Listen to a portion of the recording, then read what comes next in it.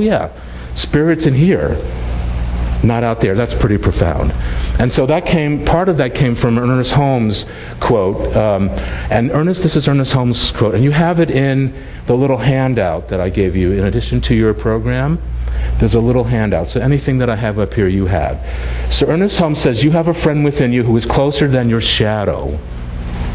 He says, this friend anticipates your every desire, knows your every need, and governs your every act.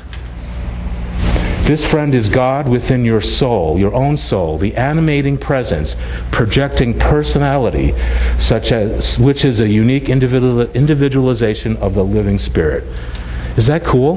Yeah. You have a friend. It's inside of you. Ernest Holmes. Next slide.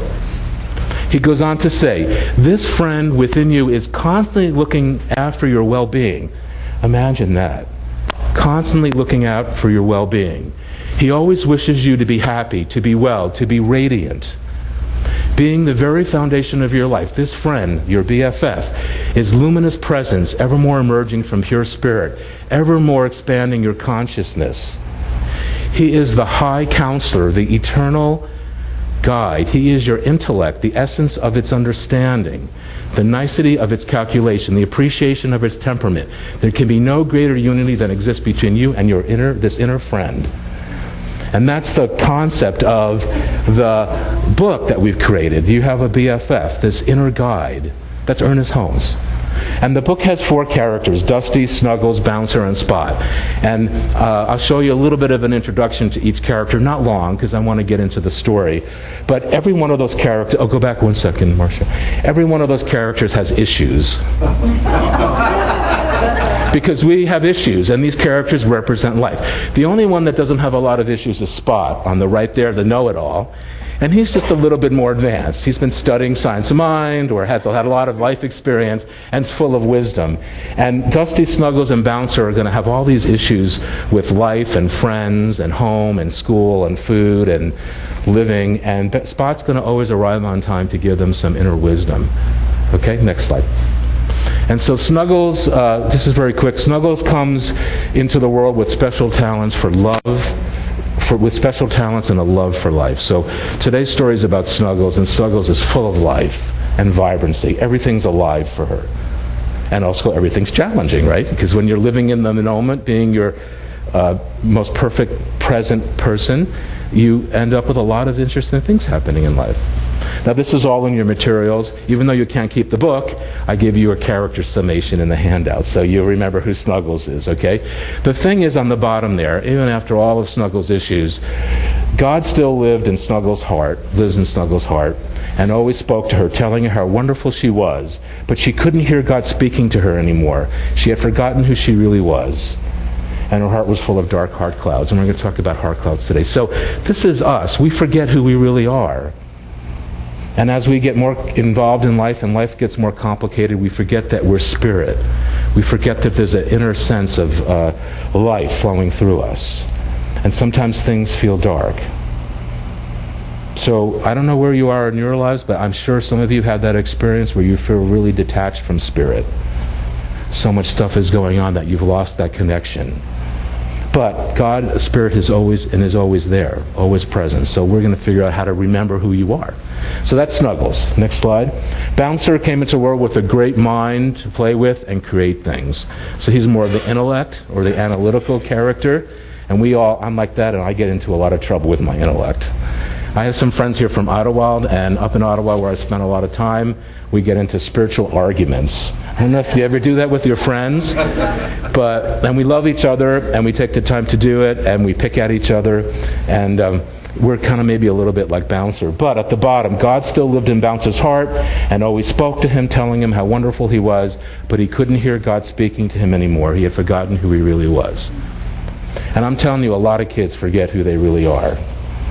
We're grown-ups, and we have the intellect to look and examine our situation and try and move through it and rearrange it. But little kids don't have that intellect. They get stuck.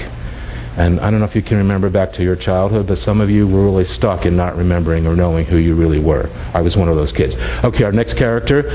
Dusty came into the world to use his earth body to play in and take care of. So he's kind of more of the physical type person who wants to interact, and he learns about how to have a healthy body and a healthy mind and to be active. But again, at the bottom, God still lived in Dusty's heart and always spoke to him, telling him how wonderful he was, but he couldn't hear God speaking to him anymore. He had forgotten who he really was. And the last character is Spot, and he came into the world with lots of ideas about how to make the world a better place. That's all of us, right? How to make the world a better place. We may have wanted to do that around politics or economy or other issues, and now our priority seems to be wanting to make the world a better place around love and peace and harmony. Because we know once the world knows its truth, then the other things can follow. The politics, the economy, the painful things in the world tend to rearrange and fix themselves when we meet the world in a sense of peace, love, and harmony.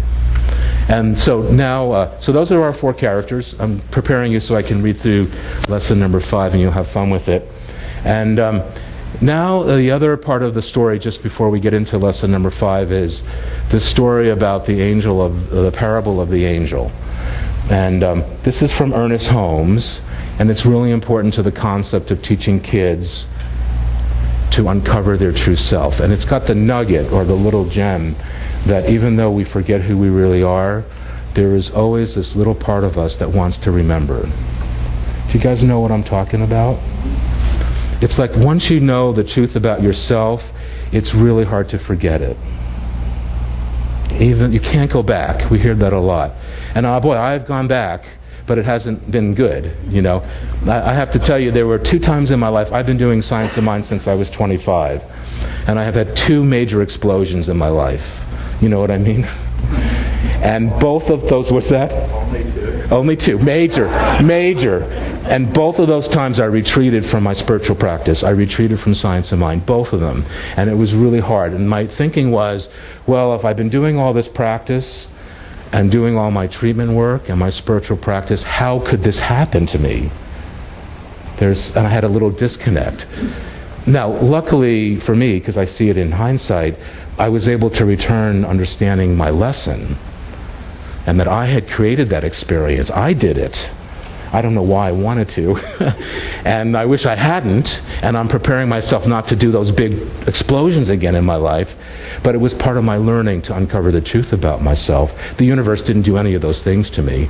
But I did think that at each time.